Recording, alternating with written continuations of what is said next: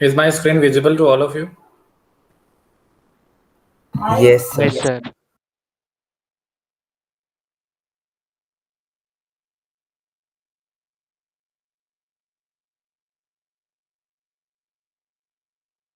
Yes. Okay. Arnav has sent me a mail. Arnav काम पूरा किया है आपने? Yes sir, sir last class तक का पूरा कर लिया। Okay, so manufacturing importance, okay, industry and agriculture, good. Annual growth rate, very good. Industrial location, main aim.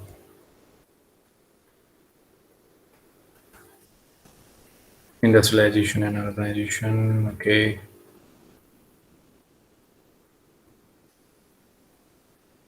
Main role, capital investment, public-private, joint,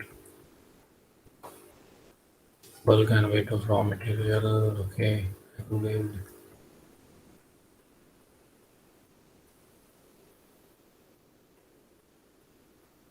Cotton industry localized, okay.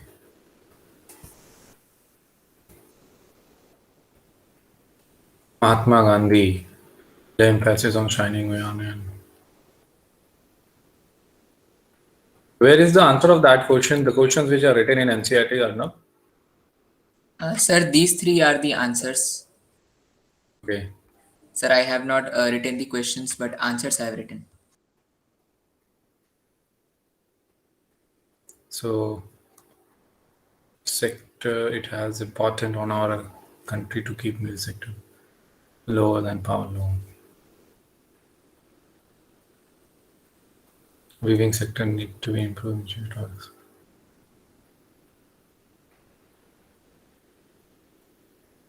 Okay, good.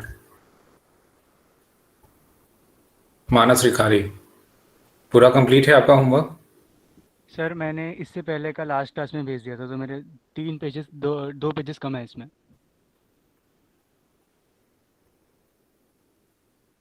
Last class में कब भेजा था Arnab? Sorry मानस। Sir मैंने मतलब class के 30 minutes पहले भेजा था सर। थर्सडे को क्लास थी सर, उसी टाइम भेज दिया था सर। मैंने उसकी फ़ोटो नहीं खींची।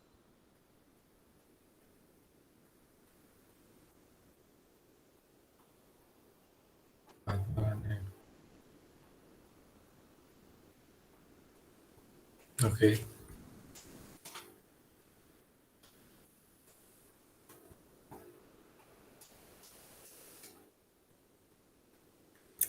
ठीक, वेरी गुड। बाकी लोग बताइए, 2 लोगों का सिर्फ मिला है मुझे। What about the others? आप लोगों ने मेरा जो है नोट्स नहीं बना रहे हो आप लोग? Yes, I am asking something. Zaid, Rishabh, yes sir, सब कंप्लीटेड है सर, भेजा नहीं अभी। भेजिए उसको। चलिए ठीक है। ओके। पिछली क्लास में मैंने आप लोगों को मैन्युफैक्चरिंग इंडस्ट्रीज में आपसे डिस्कस किया। Yes, you are saying something? Yes sir. बताइए क्या कह रहे हैं? Yes sir. सर मेरा ये डाउट है कि हम कहते हैं कि कॉटन इंडस्ट्री जो है वो सेल्फ रिलायंट है, लेकिन सर हम उसी टाइम पे ये भी पढ़ते हैं कि इंडिया का जो वीविंग सेक्टर है वो अच्छा नहीं है। तो सर हम सेल्फ रिलायंट कैसे बोल रहे हैं सर? क्योंकि सेल्फ जो रिलायंट, वी आर गांधी ने self reliant, but when we are comparing ourselves to the rest of the world, right, our products are not up to the mark. The produce are not up to the mark. We are self reliant. This is true, but our products should at the same time, right, should be yes up to sir. the mark, so that we can sell out the things which we are producing. Yes sir. Is it okay? Yes, sir. Sir, one more doubt. Sir, is decentralization of weaving one of the reasons that India's weaving sector is not very good, but spinning is centralized at one place, Maharashtra, Gujarat, Tamil Nadu? That is why it is good, sir. Can we say this, or it is just a coincidence? Just explain it again. What you are saying? Sir, I'm saying that, sir, is the decentralization of weaving sector one of the reasons that it is not prospering or it is not as good as our spinning sector, which is centralized at Maharashtra, Gujarat, and Tamil Nadu? Sir, is decentralization one of the reasons that it is not good? Decentralization can be said one way or the other, you know, but weaving and knitting, it is not means this again should not be act as a barrier for those who are good in doing weaving and knitting, right?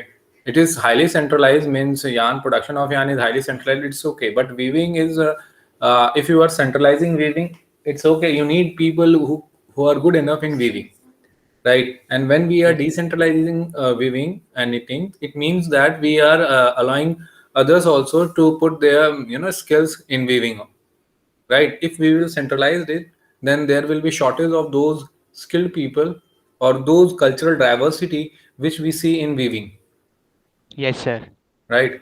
Means in weaving you will find different kind of fabrics which are made out through weaving and knitting, right? That fabric will be missed out, and a proper planning has to be ensured by the government's end, right? So that we can, the diversity, the kind of diversity we have should be accommodated at the same time, right? Okay, sir.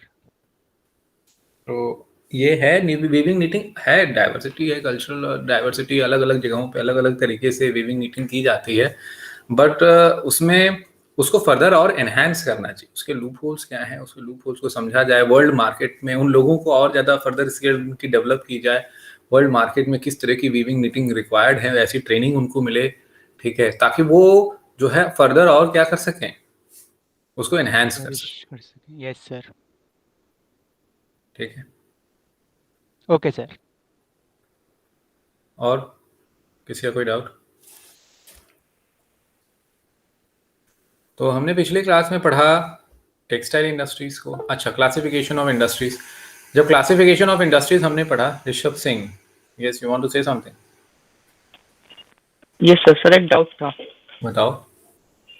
Yes sir, sir हमने पढ़ा कि sir on the weight of raw material and finished goods, sir हम industries को sir heavy industries और light industries में sir उसको हम classify करते हैं। तो सर हम इसमें वेट ऑफ गुड देखेंगे या फिर weight of raw material? Weight of raw material ना, sorry, weight of raw material, yes, bulk of raw material, weight of raw material, heavy and light industries, ठीक है। Okay sir. अगर आप तो इसमें सर, अब सुनो, रॉ मटेरियल अगर हैवी यूज कर रहे हो तो क्या आपका एंड प्रोडक्ट भी हैवी बनने के चांसेस हैं ज्यादा? No sir. एक बार सोच के देखो, इलेक्ट्रॉनिक्स का सामान यूज कर रहे हो, ठीक है, सपोज इलेक्ट्रिक का सामान बना रहे हो, ठीक है, हैवियर होते हैं या लाइटर होते हैं? Sir lighter. लाइटर। उनके प्रोडक्ट्स कैसे होते हैं, heavier or lighter? Sir raw material. And products. Sir मेरा क्वेश्चन रिपीट कर देंगे? मैं पूछ रहा हूँ कि अगर आपने रॉ मटेरियल हल्का यूज किया है, मतलब है लाइट जो है वेट का यूज किया है, तो क्या है जो उसके एंड प्रोडक्ट हैं हमेशा हेवी होंगे या फिर लाइट होंगे? सर दोनों हो सकते हैं। दोनों हो सकते हैं, पर ज्यादातर केस क्या होगा? Sir light. लाइट हुआ, ठीक है। जब आप रॉ मटेरियल आयरन और स्टील और मैग्नीज इन सब जो चीज़ों का अगर इस्तेमाल करते हैं, तो क्या एंड प्रोडक्ट जो है ज्यादातर केस में हैवी होंगे या लाइट होंगे? सर हैवी होंगे इस केस में तो। हाँ, तो इसी तरीके से on the basis of raw material, ठीक है, किस तरीके की रॉ मटेरियल आप यूज कर रहे हैं, हैवी या लाइट, उस हिसाब से इंडस्ट्रीज का डिमार्केशन किया गया। Okay sir. Sir but knitting needles जो है सर, ये किस कैटेगरी में आएगी? क्या? Sir knitting needles. Making needles, तो ये आप जो है नीडल्स अगर आप बना रहे हो तो किस इंडस्ट्रीज में आएगी? मिनरल बेस्ड इंडस्ट्रीज है। सर मतलब लाइट में या फिर हैवी में? इसमें रॉ मटेरियल यूज हुआ है। देखो, अब रॉ जो है इंडस्ट्रीज को क्लासिफाई किया गया है हैवी और लाइट में, तो हेवी और लाइट में उस इंडस्ट्रीज को हम कह रहे हैं जो कि आयरन एंड स्टील का इस्तेमाल करते हैं बल्क मटेरियल। तो अब मिनरल बेस्ड इंडस्ट्रीज भी अगर आप देखो तो कई सारे मिनरल्स हैं जिसका इस्तेमाल करके हम क्या कर रहे हैं, प्रोडक्ट्स बना रहे हैं। ठीक है, अब इसमें आप ये भी कह सकते हो सर हेवी एंड लाइट में मिनरल्स का भी इस्तेमाल हो रहा है, तो इस तरह का कैटेगराइजेशन क्यों किया गया है? ठीक है। Yes sir. तो इसमें रॉ मटेरियल जब बल्क वाला रॉ मटेरियल यूज कर रहे हैं उसका कंसर्न है। निडल्स बनाने के लिए आपको लगता है कि bulk of heavy raw material use किया जाता होगा? बल्क और ये आपका वेट ऑफ रॉ मटेरियल लिखा होगा ना? Yes sir. जहाँ पे बल्क में जो है आयरन एंड स्टील यूज हो रहा है, फिर उसकी हेवीनेस को देखा जा रहा है, उस हिसाब से इंडस्ट्रीज को क्या किया गया है, कैटेगराइज किया गया है, right? Okay sir. Yes, any other doubt? No sir. चलिए, क्लासिफिकेशन ऑफ इंडस्ट्रीज की अगर बात की जाए तो कितने टाइप्स के जो है कि आप जो है क्लासिफाई कर सकते हैं इंडस्ट्रीज को? कौन बताएगा? Raise your hand.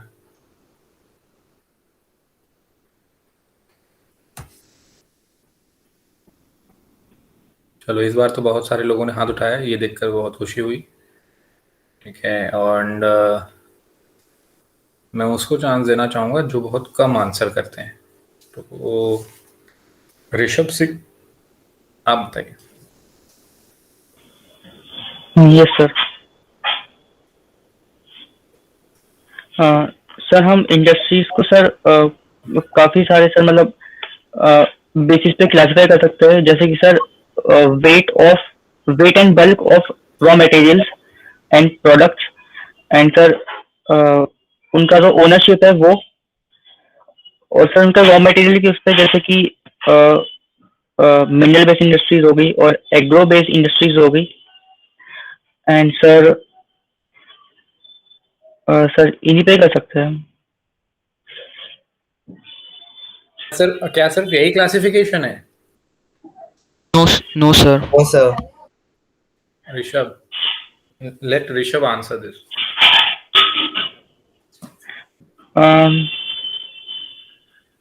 Sir I think एक दो और रह गए। अच्छा चलो, एग्रो बेस्ड इंडस्ट्री से आप क्या समझते हैं? Sir agro based industry sir वो होती है सर जो एग्रीकल्चर के लिए प्रोडक्ट्स बनाती है, जैसे कि सर वाटर पंप्स हो गए और pesticides, insecticides, PVC pipes etcetera sir. Are you sure? Agro based industries वो होते हैं जो एग्रीकल्चर के लिए जो है प्रोडक्ट्स बनाते हैं। Yes sir I think. Krish Varma, Rishabh सही बोल रहे हैं? नो सर, वो एग्रो इंडस्ट्रीज होती हैं। एग्रो बेस्ड का तो मतलब सर वो एग्रीकल्चर पर डिपेंडेंट इंडस्ट्री है जो एग्रीकल्चरल प्रोडक्ट को रॉ मटेरियल के तौर पे यूज करते हैं। Rishabh, yes sir. Agro based कहा जा रहा है जो एग्रीकल्चरल के रॉ मटेरियल को यूज करे। ठीक है, ओके सर। सर मैंने बेस पे जानने दिया था। चलो कोई बात नहीं। कृष शर्मा, आप कंटिन्यू करिए classification of industries, let me see it. Sir हम इंडस्ट्रीज को 5 बेसिस में क्लासिफाई कर सकते हैं। सबसे पहले basis of raw materials. Sir raw materials के बेसिस में हम इंडस्ट्रीज को 2 टाइप्स में डिवाइड कर सकते हैं, agro based industries, mineral based industries. जो एग्रो बेस्ड इंडस्ट्रीज होती हैं सर वो एग्रीकल्चरल प्रोडक्ट को रॉ मटेरियल्स के तौर पे यूज करती है, और जो मिनरल बेस्ड इंडस्ट्रीज होती हैं वो मिनरल्स को रॉ मटेरियल्स में की तरह यूज करती है, जैसे कि आयरन एंड स्टील इंडस्ट्री हो गई, वो मिनरल्स को यूज करती है। सर सेकंड आता है बेसिस ऑफ मेन रोल। इसमें हम इस बेसिस ऑफ मेन रोल में हम इंडस्ट्रीज को 2 टाइप्स में डिवाइड कर सकते हैं। जो पहली है की और बेसिक इंडस्ट्रीज। जो सर ऐसी इंडस्ट्रीज हैं जो उनके प्रोडक्ट्स होते हैं वो रॉ मटेरियल्स की तरह यूज होते हैं अदर इंडस्ट्रीज में, जैसे आयरन एंड स्टील इंडस्ट्रीज। और सेकेंड है कंज्यूमर इंडस्ट्रीज, जो उनके फिनिश्ड प्रोडक्ट्स होते हैं वो डायरेक्टली कंज्यूमर्स यूज करते हैं, जैसे हो गए इलेक्ट्रॉनिक्स इंडस्ट्री। अगली है बेसिस ऑफ कैपिटल। इसमें भी हम 2 तरह से डिवाइड कर सकते हैं इंडस्ट्रीज को। पहले जिन इंडस्ट्रीज में इन्वेस्टमेंट करीब 1 करोड़ तक होता है उन्हें स्मॉल स्केल इंडस्ट्रीज कहते हैं, और जिन इंडस्ट्रीज में इन्वेस्टमेंट ज़्यादा होता है, कैपिटल ज़्यादा लगता है, यानी कि मोर देन 1 करोड़ से ज़्यादा का इन्वेस्टमेंट होता है, उन्हें लार्ज स्केल इंडस्ट्रीज कहा जाता है। अगला है बेसिस ऑफ ओनरशिप। इसमें 4 टाइप्स होते हैं। सबसे पहले public sector. Sir Krish wait, तो स्मॉल स्केल इंडस्ट्रीज में तो ये बात कह दिया है एनसीईआरटी ने that less than the investment should be less than 1 crore. Yes, sir. But in Yes, case sir. Of large industries, big industries, क्या इस तरीके का कोई डिमार्केशन किया गया है? No sir. तो आप यूज मत करिए इसको। Okay sir. ठीक है, कंटिन्यू। सर इसमें जो 4 टाइप होते हैं उनमें सबसे पहले पब्लिक सेक्टर। सर ऐसी मैन्युफैक्चरिंग एंटरप्राइज जो गवर्नमेंट कंट्रोल करे उसे मैन्युफैक्चरिंग वो पब्लिक सेक्टर कहते हैं। जैसे सर हमने एग्जांपल देखा था BHEL और SAIL का। अगला है सर प्राइवेट सेक्टर। ऐसी कंपनीज जो सर प्राइवेट इंडिविजुअल ओन करते हैं, फिर ग्रुप ऑफ इंडिविजुअल ओन करते हैं, उन्हें कहा जाता है प्राइवेट सेक्टर। इसके एग्जांपल है टिस्को डाबर्स लिमिटेड एटसेट्रा। अगले है सर जॉइंट सेक्टर। ऐसी इंडस्ट्रीज जिसमें सर गवर्नमेंट, जिसमें दो और ओनरशिप टाइप के आते हैं, जैसे सर गवर्नमेंट सेक्टर और प्राइवेट सेक्टर दोनों मिलके। जैसे कि हमने एक एग्जांपल देखा था ऑयल इंडिया लिमिटेड। दोनों जो इंटरप्राइज है वो दोनों वर्क करते हैं एक इंडस्ट्री में, उसे जॉइंट सेक्टर कहते हैं। और लास्ट है कोऑपरेटिव्स, जिसमें सर जो रॉ मटेरियल सप्लाई करते हैं वो खुद इंडस्ट्रीज को बनाते हैं, और जो भी प्रॉफिट होता है वो शेयर किया जाता है। जैसे सर इसका एग्जांपल है अमूल और जो शुगर इंडस्ट्रीज है महाराष्ट्र में। और सर लास्ट है कि basis of bulk and the weight of raw materials and goods. इसमें सर हम इसे 2 टाइप्स में क्लासिफाई कर सकते हैं। जो है पहले हैवी इंडस्ट्रीज, जिनका जो रॉ मटेरियल्स और फिनिश्ड गुड होते हैं वो हैवी होते हैं, जैसे sir iron and steel industries. और सर दूसरी है लाइट इंडस्ट्रीज, जिसमें सर जो प्रोडक्ट्स होते हैं वो लाइटर होते हैं कंपैरेटिवली हैवी इंडस्ट्रीज के प्रोडक्ट्स हैं। Wait. There is a more points need to be added. ठीक है, on the Okay, basis sir. of this is research question actually. Raw material के बेसिस पे तो हमने वो जो है कि डिमार्केट कर दिया कि weather a particular good is a means heavy industry or means particular industry actually is a heavy industry or lighter one. Apart from that, we can say that on the basis of finished goods also, right? तो need to added, आप लोग इसको जरूर add करिएगा। I think मैंने पिछली class में बताया भी होगा, राइट? Yes sir. दोनों चीजें at the same time will be considered whether a industry is heavy और a lighter, right? So in case of needles, so it will be a heavier or lighter one? Sir, lighter industry. Lighter industry. Rishabh, I think you must have got your answer, right? This is what you are looking for. Yes, sir. Yes, you can consider. Is it okay to all of you? Any doubt anyone has? No, sir, clear. ठीक, Clear, sir. Sir मुझे है। हाँ बताओ। Sir आपने raw material के base पे करेंगे ना सर हम? नहीं, रॉ मटेरियल और फिनिश गुड दोनों करो। सर जैसे सर एग्जांपल सर जैसे आपने स्पून का बताया था सर, वो लाइटर होता है रॉ मटेरियल से। सर मतलब सर जो लाइटर इंडस्ट्रीज होती हैं जिन उनका रॉ मटेरियल भी लाइट होता है और प्रोडक्ट भी लाइट होता है एज कम्पेयर टू। अब देखो, जैसे आपने इलेक्ट्रॉनिक्स का कुछ सामान बनाया, ठीक है, आपने इलेक्ट्रॉनिक्स का कुछ सामान बनाया जिसका फिनिश गुड हैवी हुआ, ठीक है। फॉर एन एग्जांपल, ऐसा कौन सा इलेक्ट्रॉनिक का सामान है जिसका फिनिश गुड जो है हैवी होगा? Sir iron. Fridge. Sir motor. Fridge, अच्छा, फ्रिज इलेक्ट्रॉनिक्स का सामान है, ठीक है। और sir car. Sir conduction motors वगैरह। Conduction motor electronics, okay. तो अब इसका जो देखो कैटेगराइजेशन है, और कुछ एग्जांपल बताओ इसके अलावा। Sir trains. अरे अभी ट्रेन में कहाँ चले गए? ट्रेन अब ये सर टेक्सटाइल इंडस्ट्री। इलेक्ट्रॉनिक्स का बताओ। Textile industries on the basis of raw material heavy और राइटर, यस, चलो वेरी गुड। और बट टेक्सटाइल इंडस्ट्रीज में एट द सेम टाइम आप उसको कहोगे this is an agro based, तो यहाँ पे ओवरलैपिंग के चांसेस ज्यादा होंगे, ठीक है। तो ये एक तरीके से क्लासिफिकेशन है। आपने एक क्लासिफिकेशन में जो है कि आपने कह दिया हेवी एंड लाइटर इंडस्ट्रीज, तो हो सकता है एट द सेम टाइम वो ओवरलैप करे किसी और टाइप ऑफ इंडस्ट्री से। ठीक है, सर तो क्या आप है ऐसा नहीं कह ओके सकते। सर। हो सकता है कि आपका जो है कि वो मिनरल बेस्ड हो बट वो हैवी इंडस्ट्रीज में भी आता हो। ऐसा नहीं है, क्लियर कट डिमार्केशन कर दिया गया है कि हैवी इंडस्ट्री और लाइटर इंडस्ट्रीज बाकी और तरीके के क्लासिफिकेशन में नहीं आ सकते। हेवी इंडस्ट्री, लाइटर इंडस्ट्रीज में जो है कि भारी so capital, on the basis of capital भी आप देखोगे उसमें ओवरलैप कर जाएगा। ठीक है, अब आपने कहा ट्रेन, द बोगीज जो बनाए जाते हैं, वैगन्स वगैरह, they will come in heavy industries. ठीक है, क्योंकि उनका जो एंड प्रोडक्ट है वो हैवी है, जो रॉ मटेरियल यूज कर रहे हैं वो भी हैवी है। राइट, अब आपने यूज किया हैवी इंडस्ट्रीज का जो है on the basis of raw material में, आपने कह दिया कि this particular industry is using a big raw material और a heavy raw material, means the raw material is very heavy and bulky, but at the same time जब उसका and product देखा तो आपने कह दिया कि the end product is is the lighter one.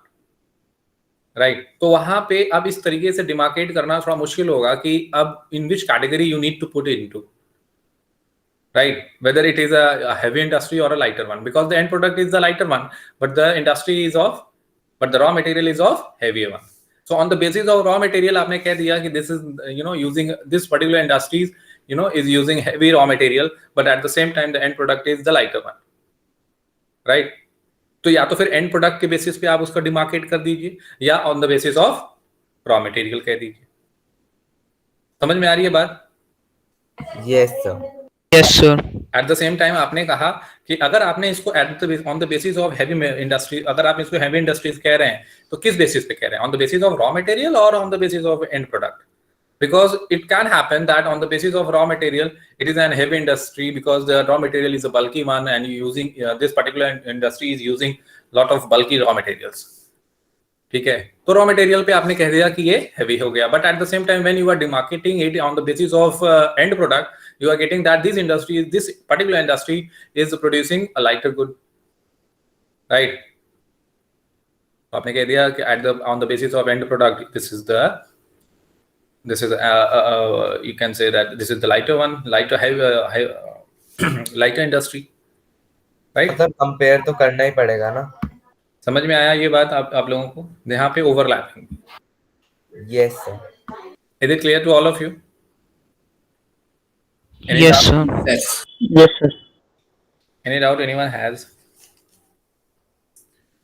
चलो, तो अब ये भी हो सकता है eight the same time capital भी उसमें इन्वॉल्व हो सकता है, एट द सेम टाइम उसमें जो है बेसिस ऑफ रॉ मटेरियल भी हो सकता है। अभी एक ही इंडस्ट्री को आप कई तरह से क्लासिफाई कर सकते हैं, कई तरह से उसको जो क्या कर सकते हैं, डिमार्केट कर सकते हैं। एक इंडस्ट्री आपने पकड़ा और कह दिया कि इसमें पहले हम इन्वेस्टमेंट देख लें, इन्वेस्टमेंट कितना है।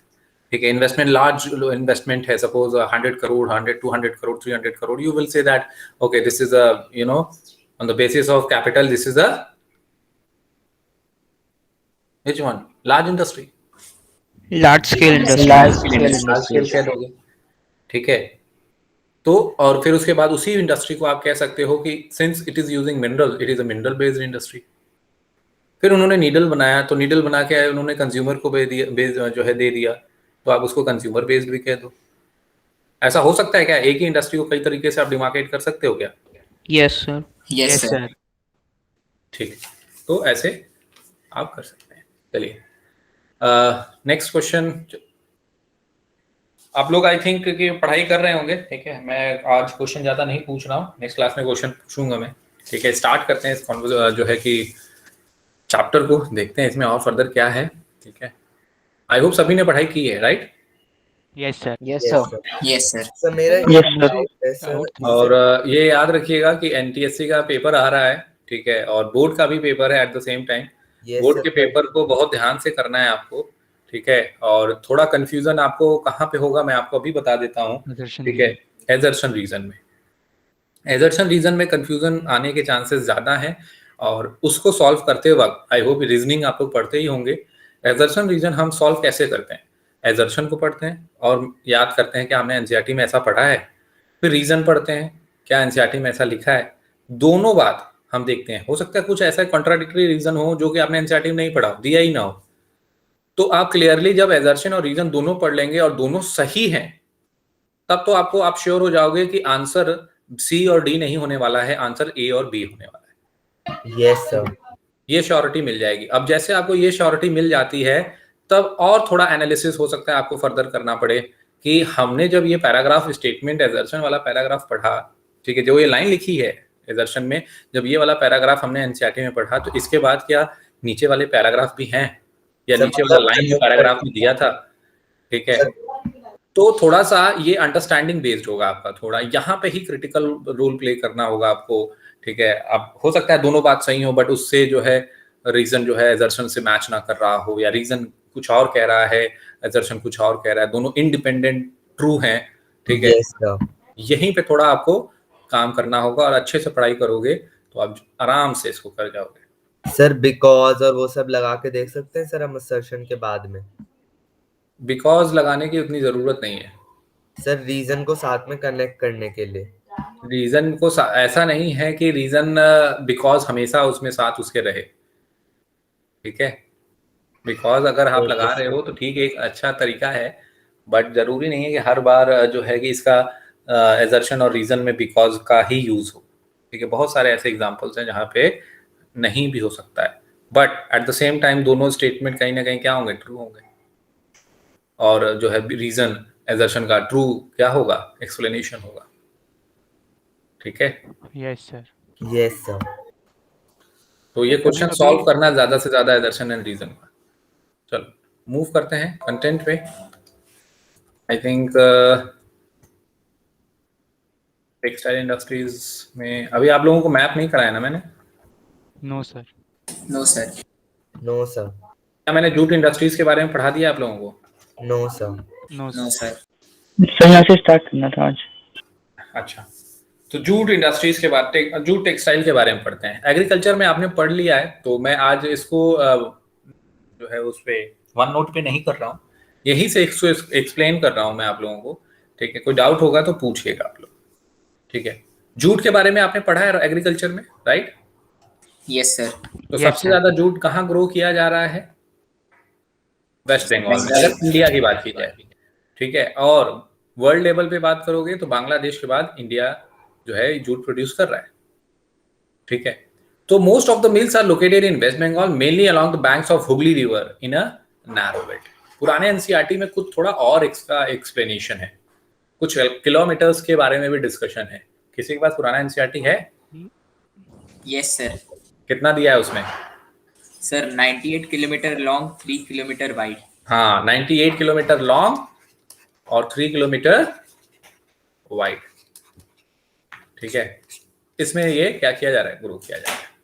और इसके बाद यहाँ पे लिखा है the first jute mill was set up near Kolkata in 1855। बहुत सारी किताबों में 1859 दिया है, एनसीईआरटी में ही क्या दिया है? Yes sir. Yes sir. ठीक है, तो Yes, sir. एक्चुअली 1859 है, but if NCERT the new NCERT, because मैंने आपको देखो आपके सामने इसको डाउनलोड किया है, उसी के वेबसाइट से ही पढ़ा रहा हूँ। तो अगर इन दोनों का ऑप्शन दिया हो तो you can mark any one of them, but try to mark this one 1855, right, in at Rishra. और पार्टीशन के बाद ज्यादातर जो जूट की इंडस्ट्रीज थे वो कहाँ चले गए? It went out to Bangladesh में चले गए, जो कि ईस्ट पाकिस्तान के तौर पे क्या हुआ था, उस समय पार्टीशन हुआ था, तो उसका नाम रखा गया था। अब फैक्टर्स क्या हैं? What are the factors responsible for their location? अब देखो, अब ये एक बेसिक चीज है जो आपकी अंडरस्टैंडिंग के ऊपर बेस्ड है। इंडस्ट्री कहाँ पे लोकेट होगी? इंडस्ट्रीज वहां पे लोकेट होगी। एसईजी याद है आप सभी को? Yes Yes, sir. Yes sir. Yes ठीक है, एसईजी के कुछ पॉइंट्स यहाँ पे होंगे। देखो, रॉ मटेरियल की अवेलेबिलिटी होगी, ट्रांसपोर्टेशन होगा, इलेक्ट्रिसिटी होनी चाहिए, लेबर की जो है क्या होनी चाहिए, लेबर की वहां पे एग्जिस्टेंस होनी चाहिए, लेबर लॉज जो है फेवरेबल हो। अब देखते हैं इसमें कौन कौन से पॉइंट ऐसे हैं जो हमें मिल जाते हैं यहाँ पे, ठीक है। एक आइडियल इंडस्ट्री कहाँ पे लोकेट होती है? तो jute, proximity of the jute producing area, jute industry अगर है तो जहां पे जूट पैदा हो रहा है वहां पे होगा। इनएक्सपेंसिव वाटर ट्रांसपोर्टेशन होना चाहिए, और सबसे चीपर मोड ऑफ ट्रांसपोर्टेशन क्या है?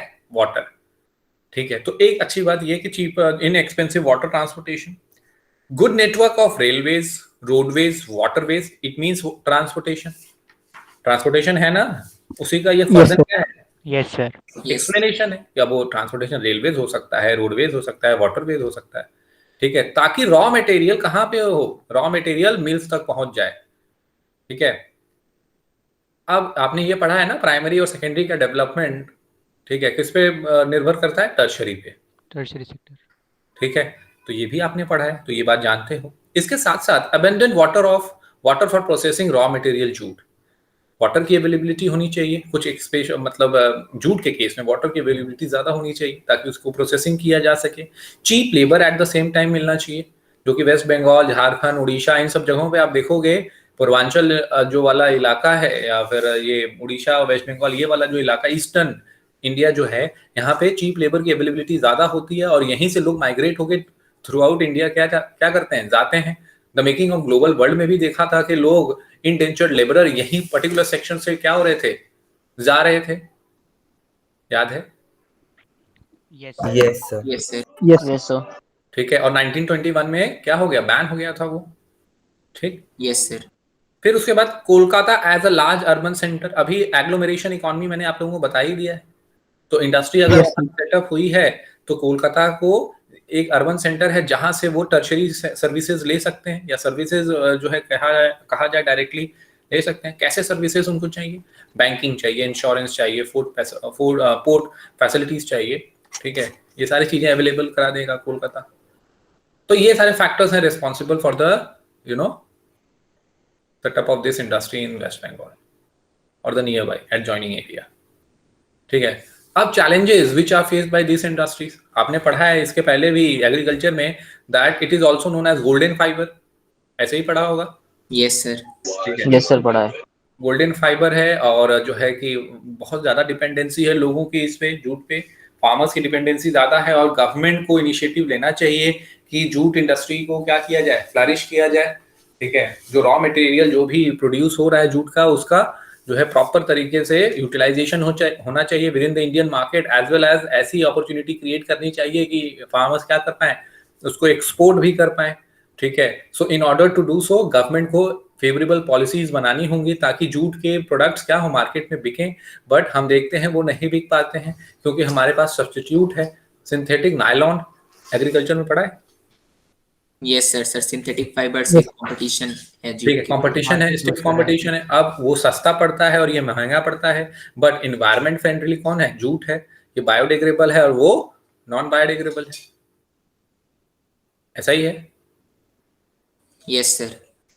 ठीक है। तो stiff competition in the international market from synthetic substitute एक सबसे बड़ा चैलेंज है, सिंथेटिक सब्स्टिट्यूट, ठीक है। लॉन्ग लास्टिंग कौन सा होता है, जूट के प्रोडक्ट्स या फिर सिंथेटिक सब्स्टिट्यूट्स जो है उनके, Sir, synthetic.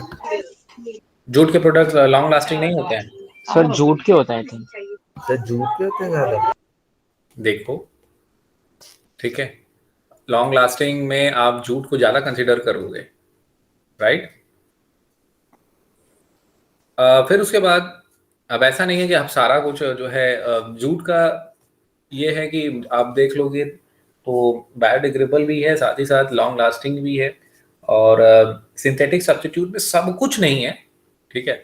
कुछ ऐसे हैं जो वो भी लॉन्ग लास्टिंग होते हैं, बट ज्यादातर चीजें देखा जाए तो लॉन्ग लास्टिंग नहीं है, राइट। कुछ हैं ऐसे चीजें जो लॉन्ग लास्टिंग भी हैं, बट हम मेन कंपेयर किस पे करते हैं, हम मेन कंपेयर करते हैं on the basis of whether the product is cheaper or costlier। तो क्योंकि जूट कॉस्टलियर होता है इससे, तो वो बिक नहीं पाता। Okay, sir. तो Bangladesh, Brazil, Philippine, Egypt, Thailand, यहाँ पे क्या, ये सब क्या है, कॉम्पिटिटर है किसके, जूट के।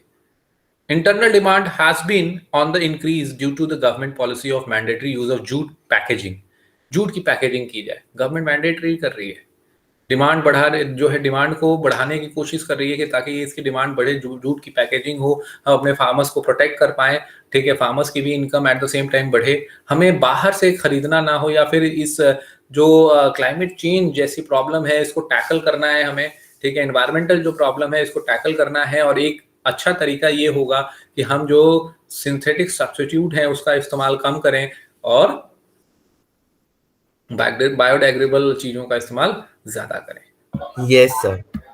ठीक है। सर टोट बैग भी कुछ होता है ना सर, शायद वो भी यूज होता है इस वजह से। क्या? Sir biodegradable. कौन सा मैप? सर टोट बैग कहते हैं सर, शायद वो भी जूट सर मतलब कपड़े से बनता है जिससे यूज बार बार हो सके as compare to plastic bag. Plastic bags. ठीक। The main market are US, Canada, Ghana, Saudi Arabia, UK, Australia. ठीक है, तो these are the main markets. आप 2-3 याद रखिएगा। ठीक है, बायोडिग्रेडेबल वाला समझा दिया है। Opportunity for jute products. Is this clear to all of you? Challenges? Yes, sir. किसी को कोई डाउट? No, sir. Yes.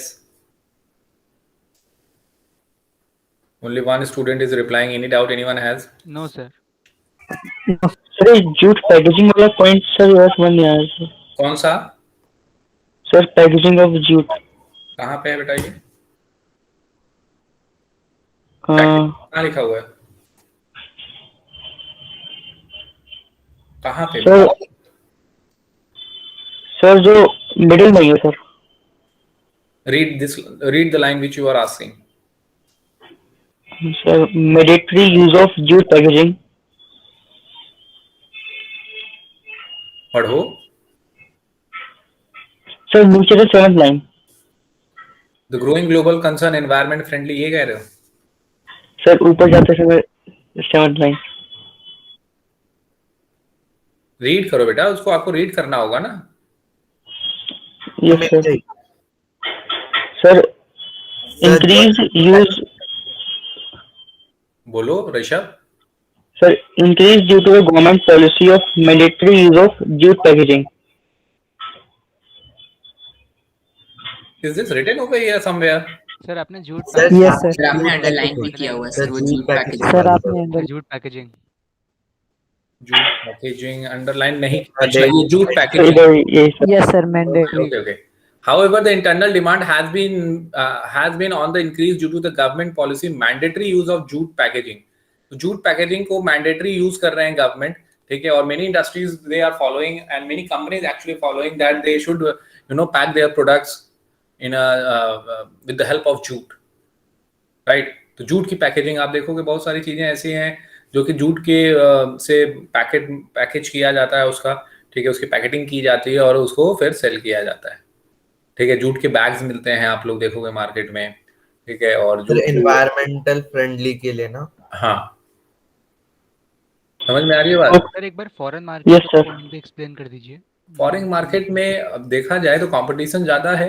जो साउथ ईस्ट एशियन नेशन है, ठीक है, वो भी मार्केट में है, वो भी जूट प्रोड्यूस कर रहे हैं और अच्छी क्वालिटी का जूट प्रोड्यूस कर रहे हैं। अगर इंडिया में जूट की डिमांड, जूट का प्रोडक्शन हो रहा है तो अदर कंट्रीज में भी हो रहा है। तो इंडियन मार्केट को या इंडियन मैन्युफैक्चरर कहा जाए या फार्मर्स कहा जाए, दोनों, क्योंकि रॉ मटेरियल वो बना रहे हैं और एंड प्रोडक्ट मैन्युफैक्चरर्स, तो इन लोगों को और फर्दर एनहांस करना होगा। इनको जो है कि कंपटीशन फेस करना होगा जो है फॉरेनर से, फॉरेन कंट्री से।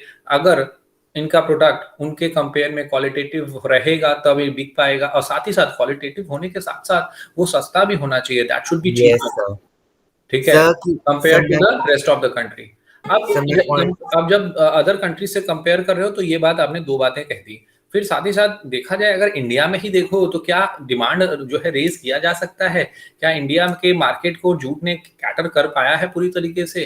Then the answer is no.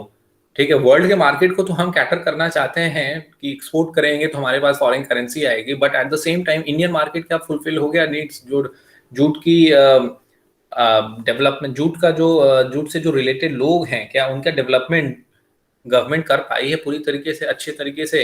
And the answer is no, नहीं हो पाया है वो। ठीक है, तो government at the same time export को ध्यान में रख रही है, अच्छी बात है, बट इम्पोर्ट को इंटरनल डिमांड को भी उसको क्या करना चाहिए? स्टिमुलेट करना चाहिए, ठीक है, इंक्रीज करना चाहिए, ठीक है, अवेयरनेस लोगों में बढ़ानी चाहिए और जूट को सपोर्ट करना चाहिए। Yes sir. सर ये सब इसलिए हो रहा है ना क्योंकि सर प्लास्टिक ऑल्टरनेटिव चीपर है, लॉन्ग लास्टिंग है, और सर पर एक प्रॉब्लम है सर जिससे बहुत दिक्कत हो रही है सर, बायोडिग्रेडेबल नहीं है। क्या सर? प्लास्टिक सर जूट की जगह पे कई जगह पे यूज होता है।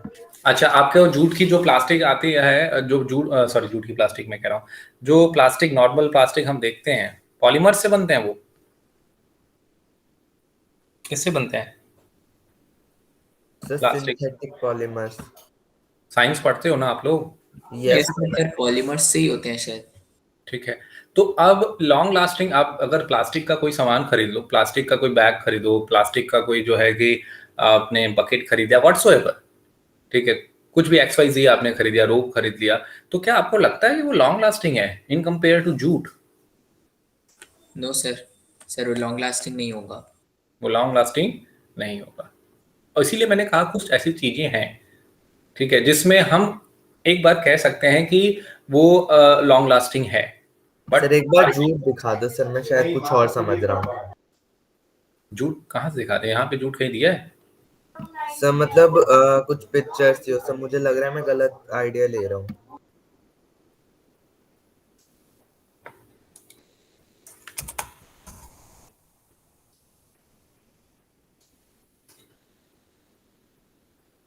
दिख रहा है जूट आप लोगों को? Yes sir. सभी को दिख रहा है?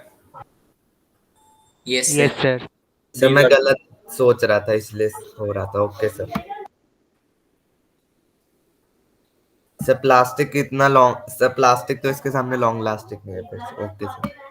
शुगर इंडस्ट्रीज, अब आते हैं शुगर इंडस्ट्रीज में। शुगर इंडस्ट्रीज में जब आपने एग्रीकल्चर में पढ़ा, तो एग्रीकल्चर में आपने एक चीज ध्यान दी होगी, रेनफॉल और टेम्परेचर बहुत इंपॉर्टेंट है एग्रीकल्चर में, जो अलग अलग क्रॉप्स हैं। तो शुगर को क्या टेम्परेचर रिक्वायर्ड होती है? चलो रेनफॉल बताओ, रेनफॉल कितना चाहिए होता है शुगर को, शुगर केन?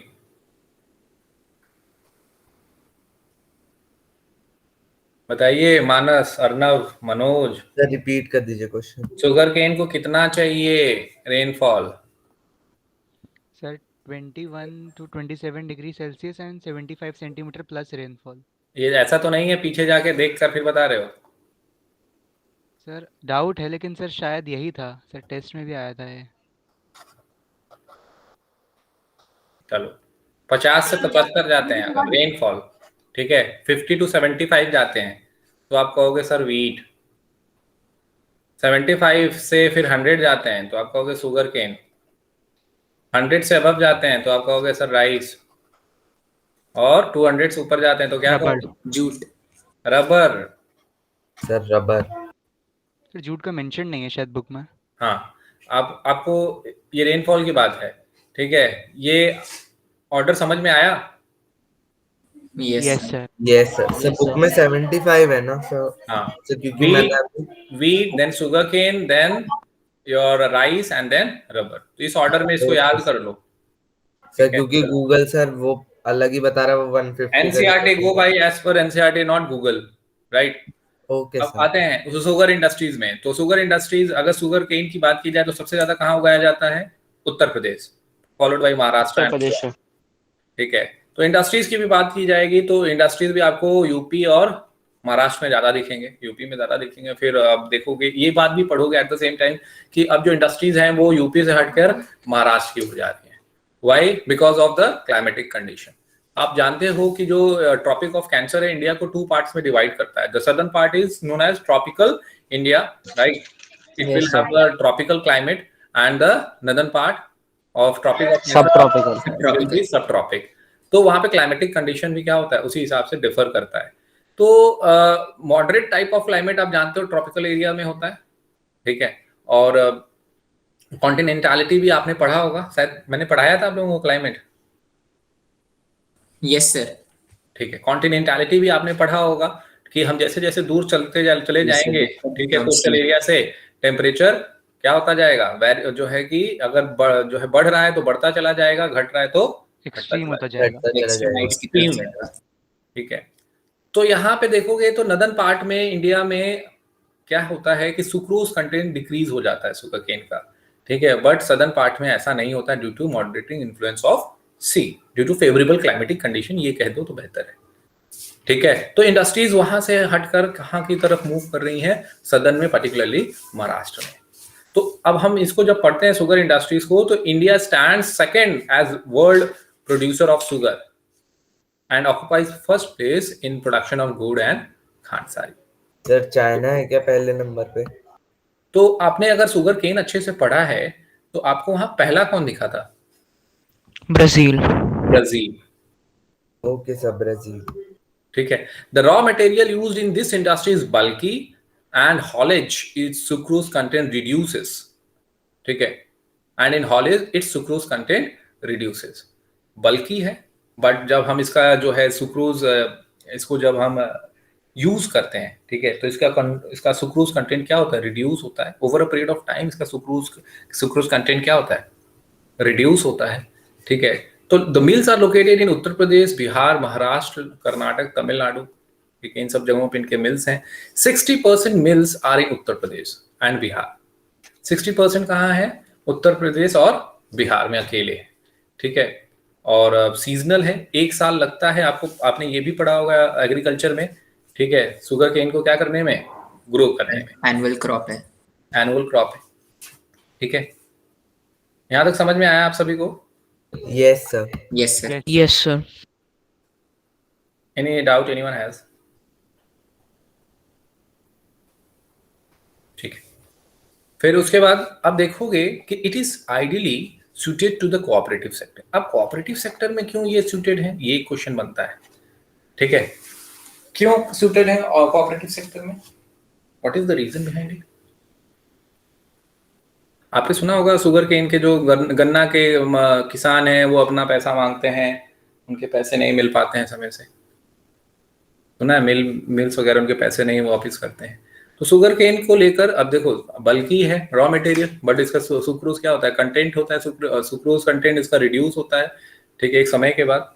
तो अब जब सुक्रोज कंटेंट रिड्यूस हो रहा है, तो जो भी इसका एंड प्रोडक्ट बनाया जाएगा, जो भी गन्ने से जूस निकाल कर जो भी चीजें इसकी बनाई जा रही हैं, उसमें फिर जो एंड प्रोडक्ट बनना चाहिए जितना, उतना नहीं बन पाता है। दिखने में तो लगेगा गन्ना बहुत उगा है, बट एंड में देखेंगे तो उसका उस तरीके का जो है फाइनल प्रोड्यूस नहीं हो पाता है।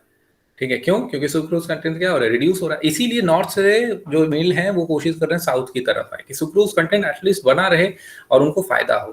कोऑपरेटिव में क्या होता है? कोऑपरेटिव में आप जानते हो कि अगर आपने प्रोड्यूसर हैं, प्रोड्यूसर एक साथ मिलकर जो है कोई चीज अगर क्या कर रहे हैं, ग्रो कर रहे हैं, और उसको फिर वो क्या करते हैं, सीधे मार्केट में सेल कर देते हैं। अभी मैंने शायद पिछले क्लास में भी ये समझाया हो आप लोगों को। मिडिल मैन क्या करते हैं? एलिमिनेट कर देते हैं। तो इससे क्या होता है, वो कोशिश करते हैं कि उनका प्रॉफिट बना रहे। ठीक है, क्योंकि शुगर की डिमांड तो मार्केट में बनी रहेगी। समझ में आ रही है बात? Yes sir. आप सभी को? Yes sir. Yes sir. Yes sir. Sir से बिचौलियों से बच जाते हैं बीच का। हाँ।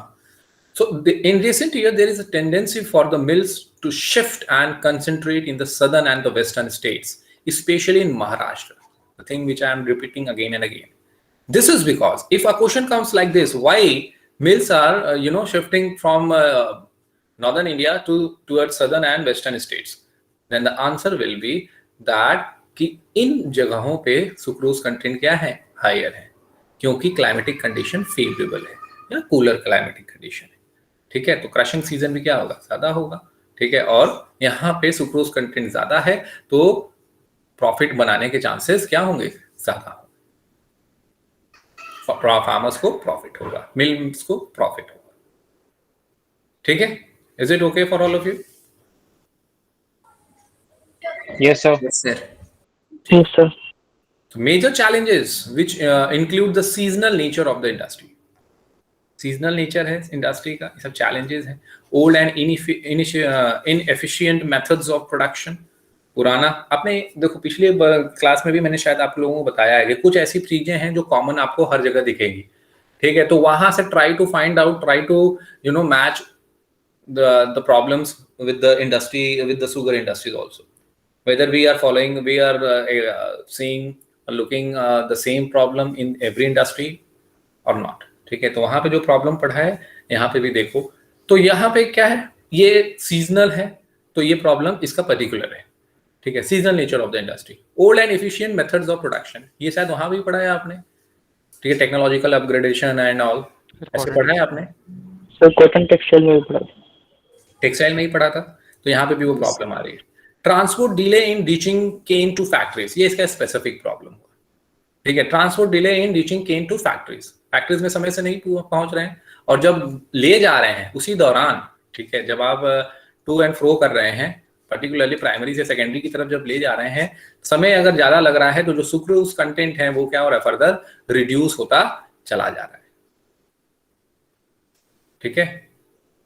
And the need to maximise the use of bagasse. Bagasse क्या होता है? जो आपने गन्ने का जूस पिया है, yes sir. Yes, sir. Yes, तो sir. तरबूजा। हाँ, तो उसमें उसका जो रिमेन पार्ट होता है शुगर केन का, वो बैगीज कहलाता है। और उसको भी अलग अलग जगहों पे हम क्या कर सकते हैं, इस्तेमाल कर सकते हैं, सर खाद के जैसे। खाद के जैसे। ठीक है। Yes sir. Is it okay to all of you? Yes, sir. Yes, sir. Yes, sir. Yes sir. चलो, अब आते हैं मिनरल बेस्ड इंडस्ट्रीज में। अब मिनरल बेस्ड जब हमने पढ़ा तो मतलब वो इंडस्ट्री जो मिनरल्स का इस्तेमाल करे। ठीक है। And metal as raw material are called mineral based. ठीक है। तो पहला है आपका आयरन एंड स्टील इंडस्ट्रीज। ये इंपॉर्टेंट है, आपके एग्जाम में भी पूछा जा सकता है। मिनरल्स एंड एनर्जी रिसोर्सेज मैंने आप लोगों को पढ़ा दिया है। Yes, sir. Iron ore Yes. Iron ore के बेल्ट भी हमने पढ़ा दिए आप लोगों को। Yes. Yes, sir. अब जब मैंने आयरन ओर का बेल्ट आपको पढ़ा दिया है तो बताओ इसकी इंडस्ट्री, अगर सपोज आयरन ओर का बेल्ट उड़ीसा झारखंड में है तो इंडस्ट्री कहाँ होगी, पंजाब में या उड़ीसा झारखंड में ही होगी? Sir, Odisha, Odisha, Jharkhand. Orissa Sir, Orissa Jharkhand. Jharkhand में होगी। क्यों पंजाब में क्यों नहीं होगी, उड़ीसा झारखंड में ही क्यों करोगे? sir, transportation cost. Sir transport का कॉस्ट कम हो बहुत जाएगा। बल्कि मटेरियल है तो कैसे ले जाएंगे? Very good. ठीक है। जूट के भी केस में ऐसा ही कुछ पढ़ा था आपने, industrial ideal industrial Yes, location, sir. आपने समझा है? Yes. Yes, Yes, sir. sir. Guys. ठीक है।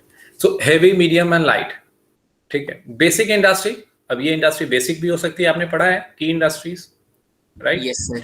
Since all other industries, heavy, medium, and light, depend on it for their machinery, steel is needed to manufacture variety of engineering goods, construction material, defense, medicine, medical, telephonic, etc.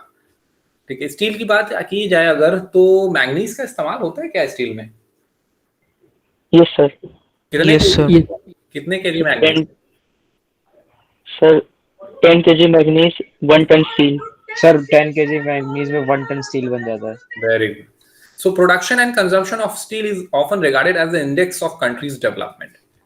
ठीक है। आप कितना ज्यादा steel का इस्तेमाल कर रहे हैं, ठीक है, इसका प्रोडक्शन कितना हो रहा है, कितना कंजम्पशन हो रहा है, ये कंट्री के डेवलपमेंट को शो करता है। किसी भी कंट्री में अगर स्टील की जो है रिक्वायरमेंट, डिमांड ज्यादा है और यूज भी ज्यादा हो रहा है, इट मींस इंडस्ट्रीज डेवलप कर रही हैं। ठीक है। क्योंकि स्टील से आप अलग अलग प्रोडक्ट्स बनाओगे, समझ में आ रही है बात? और प्रोडक्ट्स तब आप बनाओगे जब वो बिकेगा। Is it clear?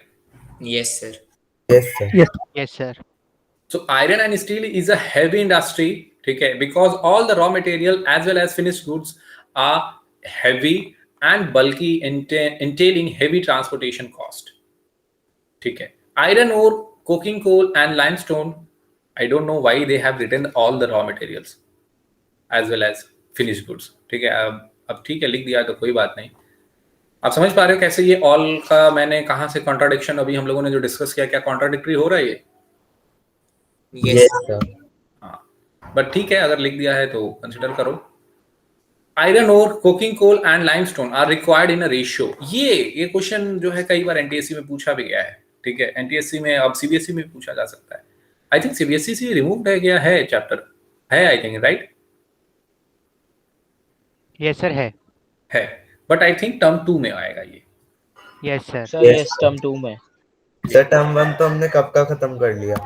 हाँ, iron ore, coking coal and limestone, इसकी रिक्वायरमेंट होगी 1:2:4, 1 का स्क्वायर या 1+1, ठीक है, फिर 2+2, ऐसे याद कर लोगे।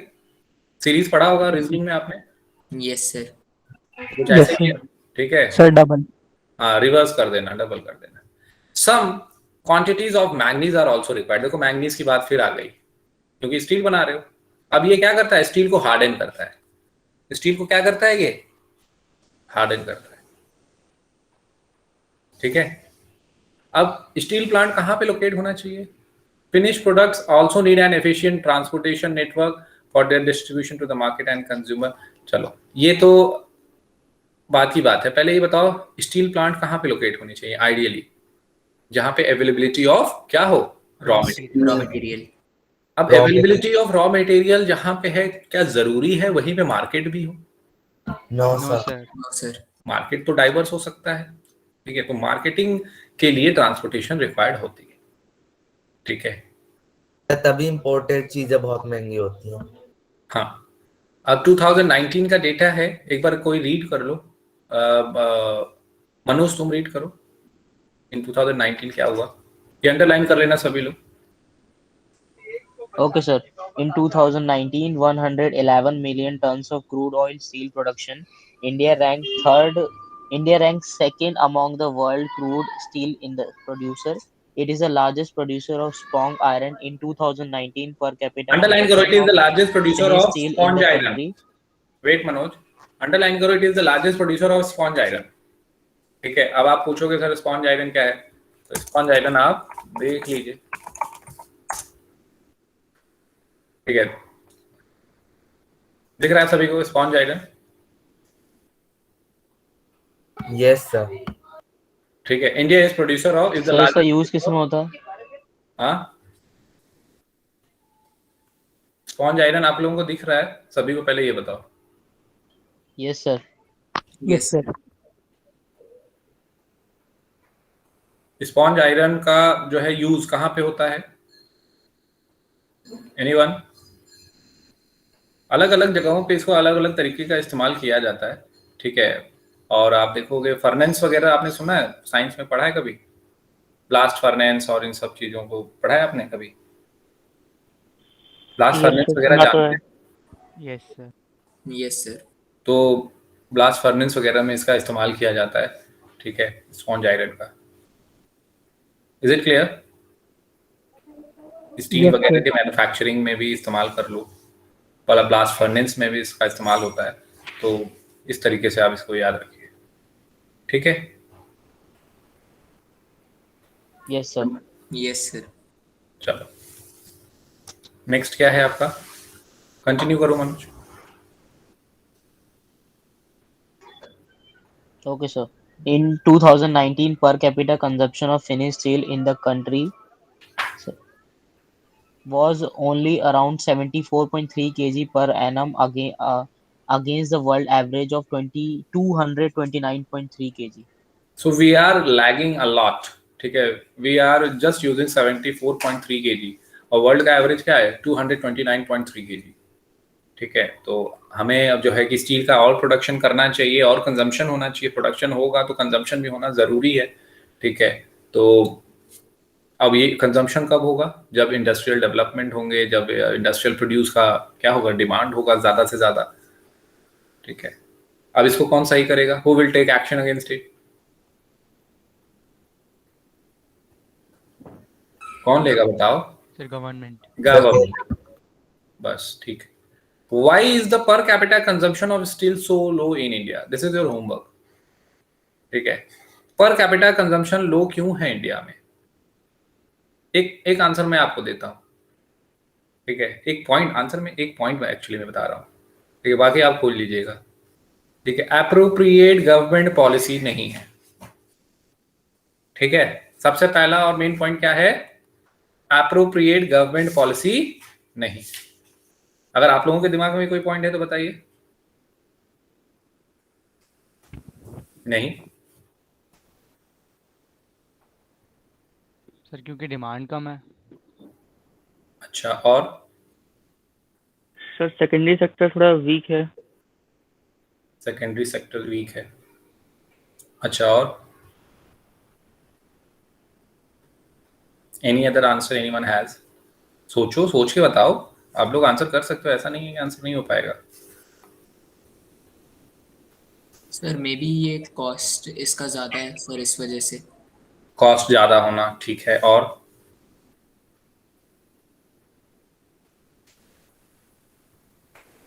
इसको बनाने में कोल को जो है कि स्टील को बनाने में एक कोकिंग कोल की रिक्वायरमेंट होती है। ठीक है, किसकी रिक्वायरमेंट होती है, कोकिंग कोल, जो कि इंडिया में अवेलेबल नहीं है, कम है। ठीक है, क्या है, कम है। ठीक है, तो 2 पॉइंट मैंने आपको बताया, एक हैवी कॉस्ट आप में से किसी ने बताया। ठीक है, 3 पॉइंट हो गए, और एक दो पॉइंट और पूछ के ले आना आप। ठीक है, is it okay? Yes, sir. Yes sir. चलो आगे देखते हैं, ये वाला सेक्शन पढ़ लीजिएगा आप लोग। देखो ब्लास्ट फर्नेस में यूज हो रहा है, राइट, स्टील का जो रिमेन होते हैं स्टील के उसका इस्तेमाल होता है, स्पॉन्ज आयरन का इस्तेमाल होता है। ठीक है, नेक्स्ट आते हैं हम लोग। अच्छा, एक इम्पॉर्टेंट है आपके एग्जाम के लिए, एनटीएससी के लिए, ठीक है, सीबीएसई में पूछ सकते हैं, ये बोकारो, जमशेदपुर, राउरकेला, दुर्गापुर, ठीक है, ये सब जो इंडस्ट्री सेटअप हुई हैं, भिलाई, ये किस फॉरेन कंट्री के हेल्प से सेटअप हुई हैं? कौन सी फॉरेन कंट्री है जिसने इंडिया को हेल्प किया है? ठीक है, आपको ये फाइंड करना है और इसका आंसर बताना है। Is it okay to all of you? Yes Okay, sir. Write it down as an homework. Yes sir. कि सेकंड जो है आपने पढ़ा है ना, second 5 year plan, Mahalanobis model, yes sir, हमारे लोग इंडस्ट्रियल sir. डेवलपमेंट। अब इतना बता दिया है, अब आप ये फाइंड करियो कि कौन सा जो है कि कौन सी ऐसी कंट्री है जिन्होंने इंडिया को हेल्प किया है इन इंडस्ट्रीज को सेटअप करने में, राइट? यस, रीडिंग कंटिन्यू करो। आई थिंक मनोज पढ़ Okay, रहे sir. थे। Okay, sir. Most of the public sector undertaking market their steel through Steel Authority of India Ltd. SAIL. In the Underline. 1950s, China and the India produced almost the same quantity of steel. Today, China is the largest producer of steel. China Wait, is also the wait, world's wait, wait. largest. ये China हर जगह आगे जा रहा है, textile में भी China आगे है क्या? Yes sir, largest number of spindles Yes, China sir. में ही है। Yes sir. Largest number of spindle China में है। फिर एग्रीकल्चर में भी आपने पढ़ा चाइना आगे है, राइस के कल्टीवेशन में चाइना आगे है क्या? Yes, sir. Yes sir, largest वही है। चाइना जो है कि राइस के केस में भी आगे है। और कौन से, हॉर्टिकल्चर में चाइना आगे है क्या हमसे? Sir, horticulture sir. में भी आ गया। ऑयल सीड्स Yes, में sir. आ गया। ऑयल सेल्स में भी आगे है, ठीक सर है, कॉटन प्रोडक्शन में भी। ठीक है। तो ये सारी चीजों को याद रखिएगा कि चाइना क्या है हमसे आगे है। अब स्टील हम कहाँ पे हमें मिलता है, ठीक है, कहाँ पे आयरन डिपोजिशन है वो पढ़ लो, ठीक है, रीड करो इसको। Okay, sir. Chota Nagpur Plateau has the maximum concentration of iron and steel industries. It is largely because of the relative advantage. This region has more development for these industries. These include low cost of iron ore, high-grade raw material in proximity, cheap labor, and vast growth potential in the home market. Wait Though wait, India is an important. ये सब point समझ में आ रहा है बिना बताए? Yes Yes, sir. क्या Yes, ये sir. बात सभी को समझ में आ रही है? ये पहले बताओ, yes sir. Right?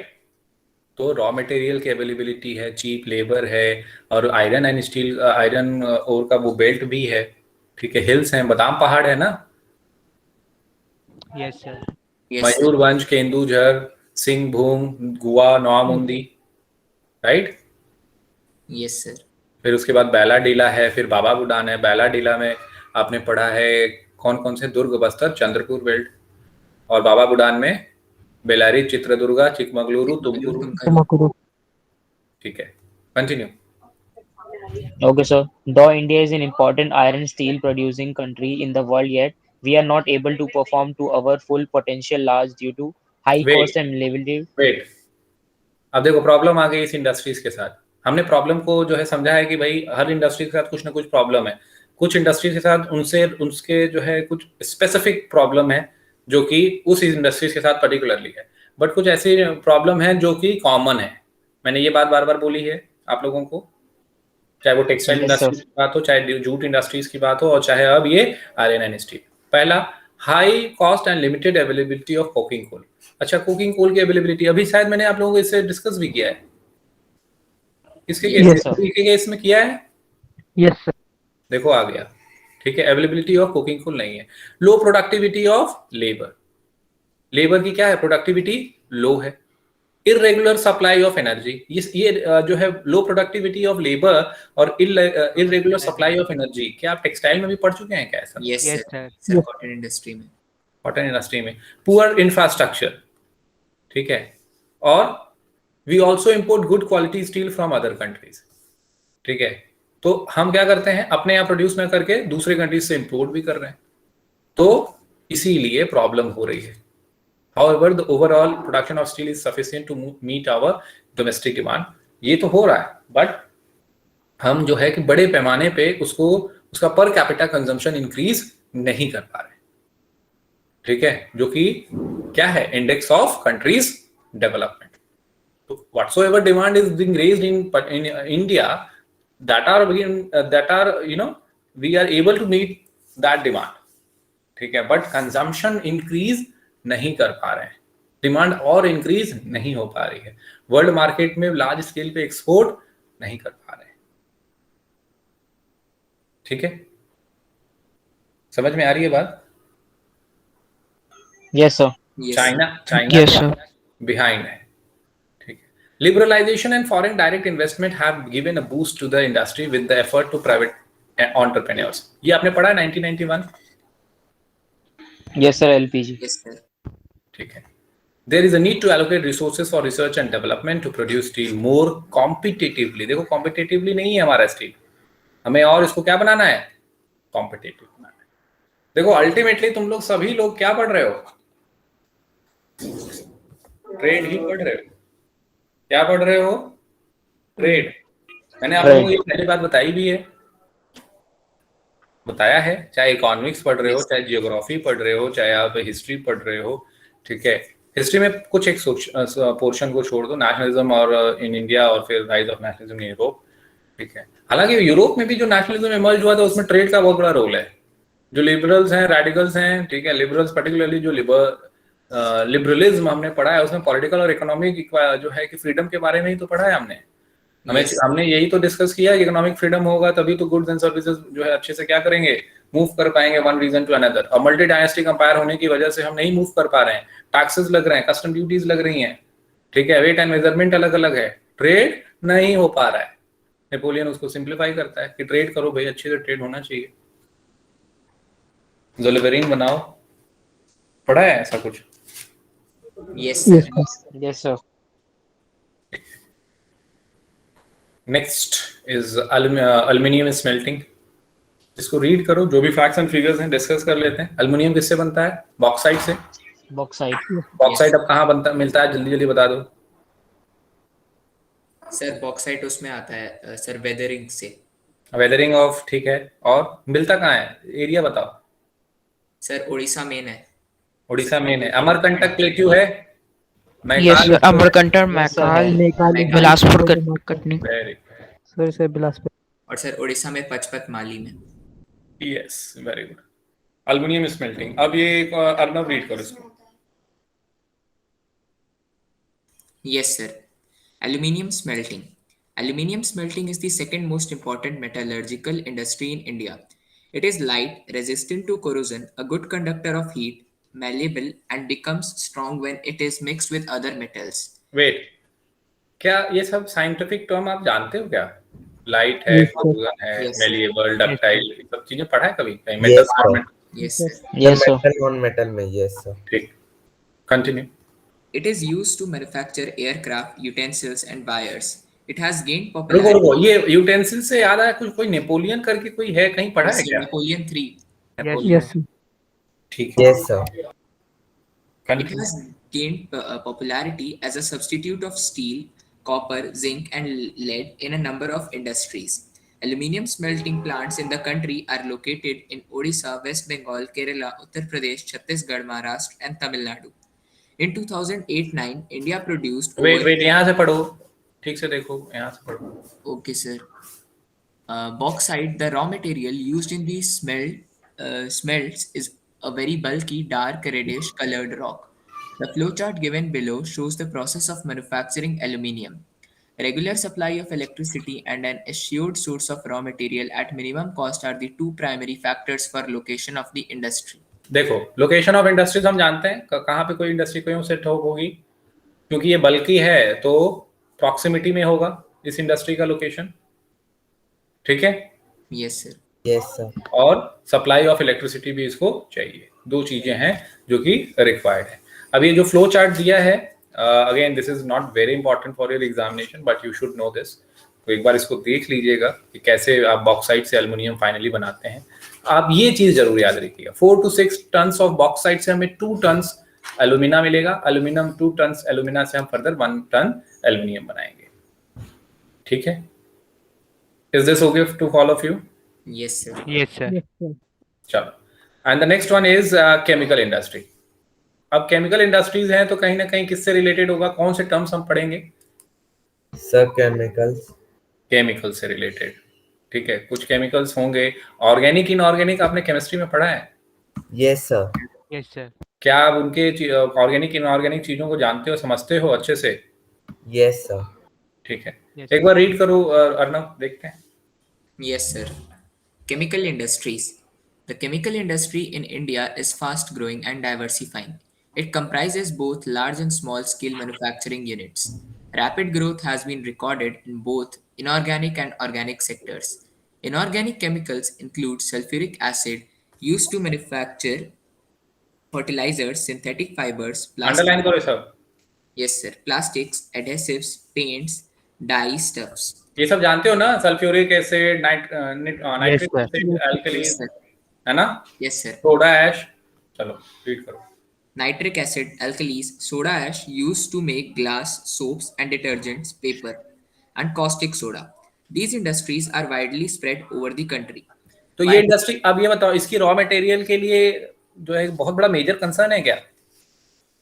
No, sir. No sir. No. तो हम, अगर ये आंसर नो है तो ये इसका क्या है, स्प्रेड होगा Yes, throughout sir. The yes country. Sir. चलो, why do you think it is so? Read करो इसको फर्दर। Yes, sir.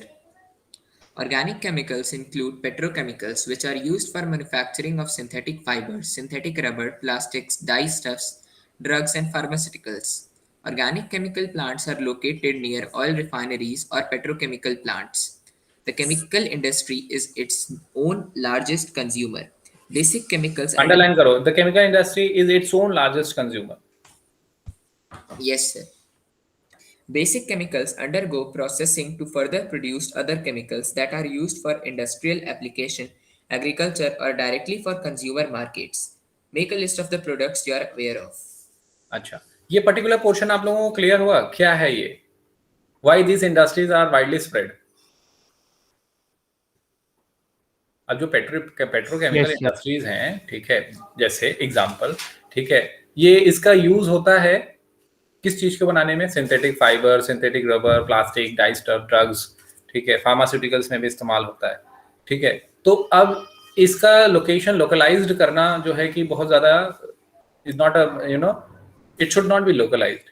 ये क्या हो सकता है, स्प्रेड हो सकता है, ठीक है, बट कुछ जगह ऐसी भी हैं जहां पे ये क्या है, लोकलाइज्ड हैं, और ऑयल रिफाइनरीज वगैरह जहां पे हैं वहां पे क्या होते हैं, पाए जाते हैं। ठीक है, ऑयल रिफाइनरी समझते हो, जहाँ पे ऑयल रिफाइनरी होती है क्रूड ऑयल वगैरह की, Yes, sir. Yes sir. तो वहां पे भी पाए जाते हैं। चलो, फिर उसके बाद ये अपना जो है लार्जेस्ट खुद का ओनर है, मतलब chemical industry is its own largest consumer. ठीक है, कंज्यूमर मतलब प्रोडक्शन भी हो रहा है, उसका खुद का कंजम्पशन भी ज़्यादा है, क्योंकि केमिकल से आप नंबर ऑफ प्रोडक्ट्स बना रहे हैं। ठीक है, तो इसका इस्तेमाल भी ज़्यादा हो रहा है। ठीक है, एक केमिकल से दूसरा केमिकल, दूसरे से तीसरा केमिकल, ये सब आपने पढ़ा होगा केमिस्ट्री में, राइट? Yes, sir. तो इसका जो है फर्दर आप देखो, केमिकल्स का इस्तेमाल आपके इंडस्ट्रीज में अलग अलग जगहों पे किया जा सकता है। एग्रीकल्चर में भी आप देखो तो केमिकल्स क्या हम मिलाते हैं, केमिकल पेस्टिसाइड्स वगैरह भी होते हैं क्या, जिंक, पोटैश, ये सब ऐसा कुछ पढ़ा है आपने? Yes, zinc sir. का इस्तेमाल होता है, पोटैश का इस्तेमाल होता है, और भी केमिकल्स हैं, क्या है, कुछ और नाम बताओ? फर्टिलाइजर, यूरिया वगैरह, Sir, ammonia. अमोनिया। ठीक, is this clear to all of you?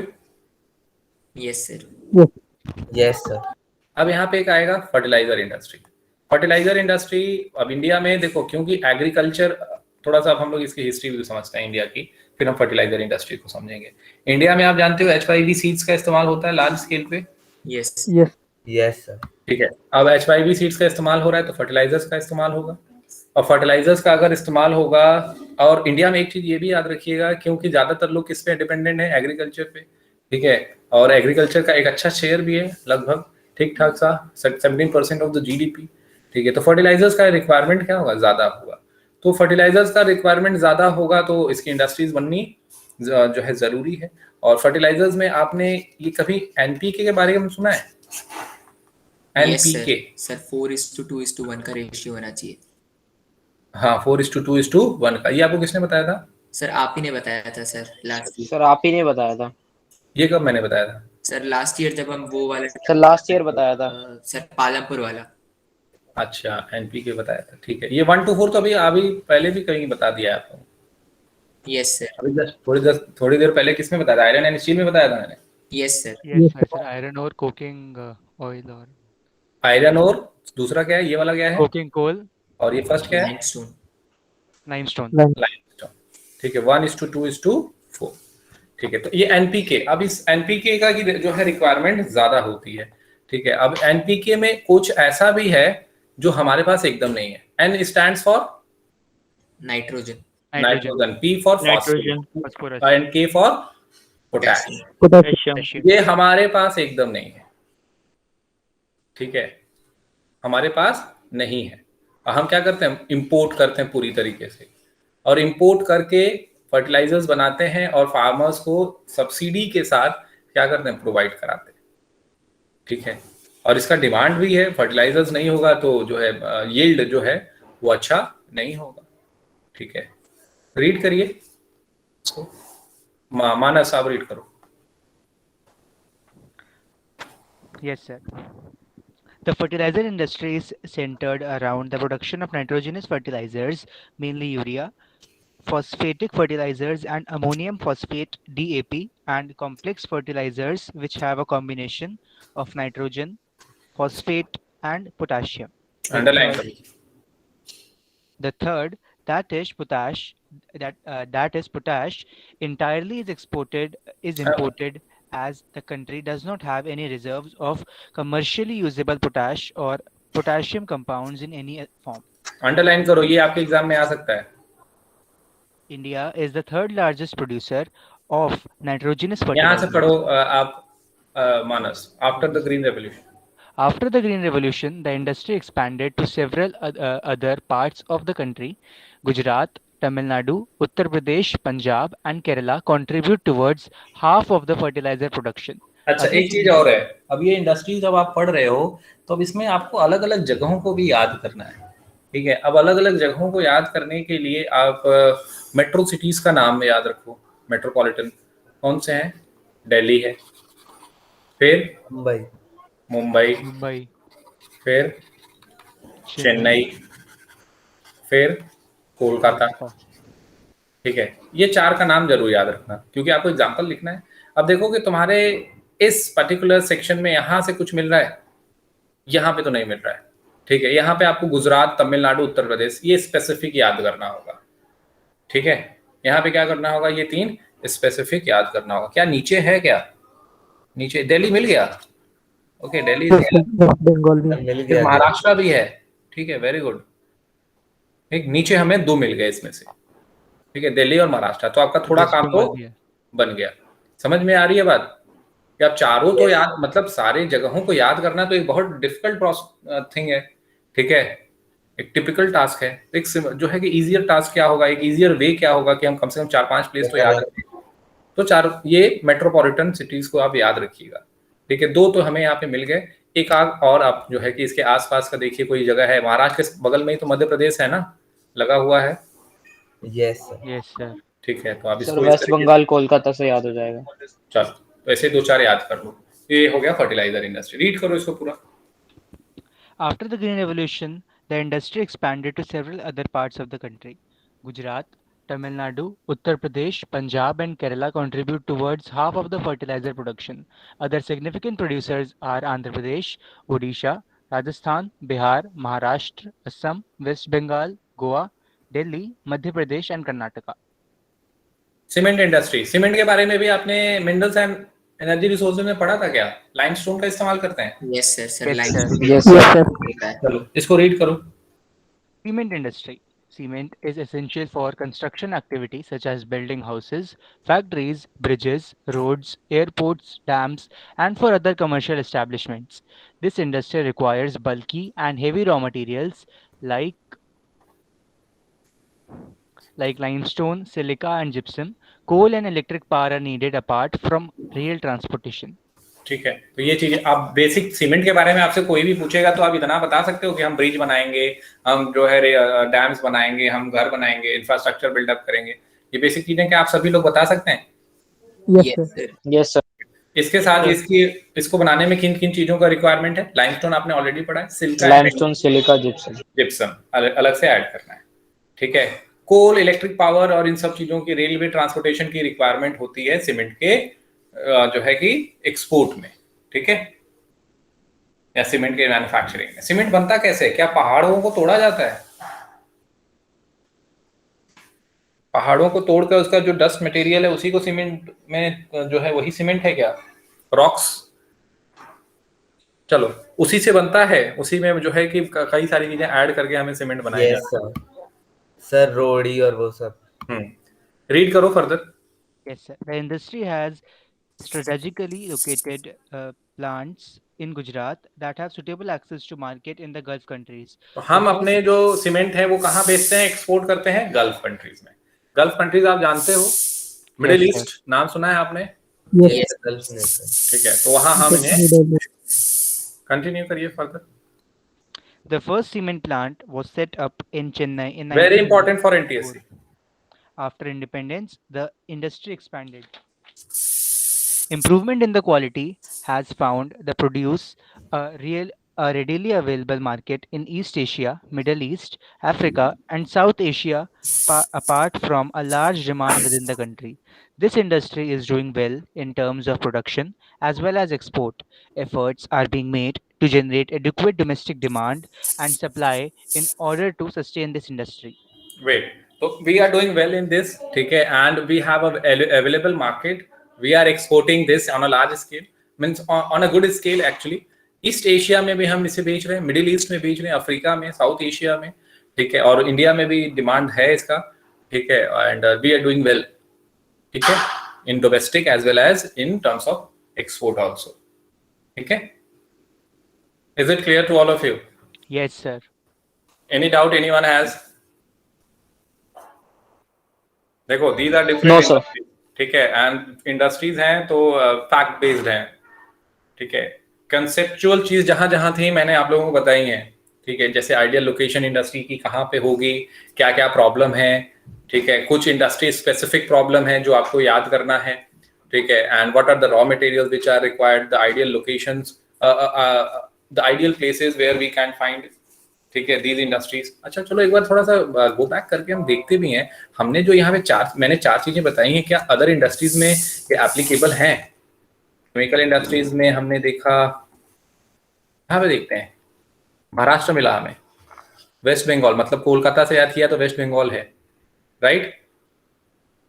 ठीक है, yes. वो हमें यहाँ पे मिल गए, वैसे तमिलनाडु भी हो गया। तमिलनाडु भी हो गया। फिर उसके बाद नेक्स्ट आगे आगे बढ़ते हैं, और कहाँ पे है?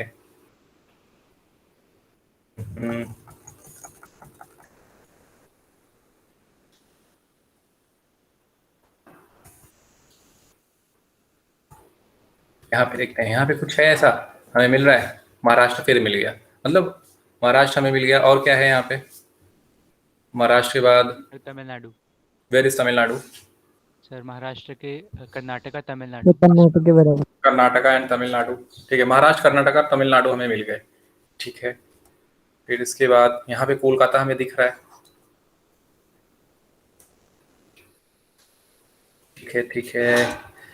चलो इसी तरीके से अलग अलग जगहों पे, यहाँ पे देखो वेस्ट बंगाल है, ये तो जूट के ही बारे में है।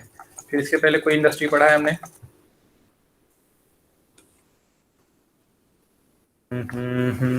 यहाँ पे फिर देखो महाराष्ट्र और तमिलनाडु दिख रहा है, ठीक है, महाराष्ट्र सबसे ज्यादा हमें दिख रहा है। अलग अलग इंडस्ट्रीज में हमें महाराष्ट्र क्या है, अलग अलग जगहों पे ज्यादा दिख रहा है, सब जगह फ्रीक्वेंसी ज्यादा है, तो इसको आप एज इट इज याद कर सकते हो, महाराष्ट्र और तमिलनाडु को, ठीक है। समझ में आई बात? इसको कैसे याद करना, एक चार्ट बनाना, ठीक है, और जो सिमिलर स्टेट्स हैं जहां पे एक जो है, जैसे आपने महाराष्ट्र लिख दिया तो महाराष्ट्र लिख के, ठीक है, वहां पे कौन कौन सी इंडस्ट्रीज पाई जाती हैं, ठीक है, उसको एज इट इज आप क्या कर लो, बना लो एरो के थ्रू, याद हो जाएगा, right? Yes, yes sir. Sir. ठीक है, इसी तरीके से अलग अलग स्टेट से करो। नेक्स्ट क्लास में इंडस्ट्रीज को मैं कंटिन्यू करूंगा, right. Yes sir. Okay sir, Yes, sir. Good evening next class में सर। आप लोग मिलिए और नोट्स बना के आइएगा, पढ़ के आइएगा। Good night sir, bye sir. ठीक है, thank you sir. Bye, sir. Thank you Thank you, sir. Bye. sir. Good bye night, sir. Sir, good night sir. Bye everyone, good night everyone.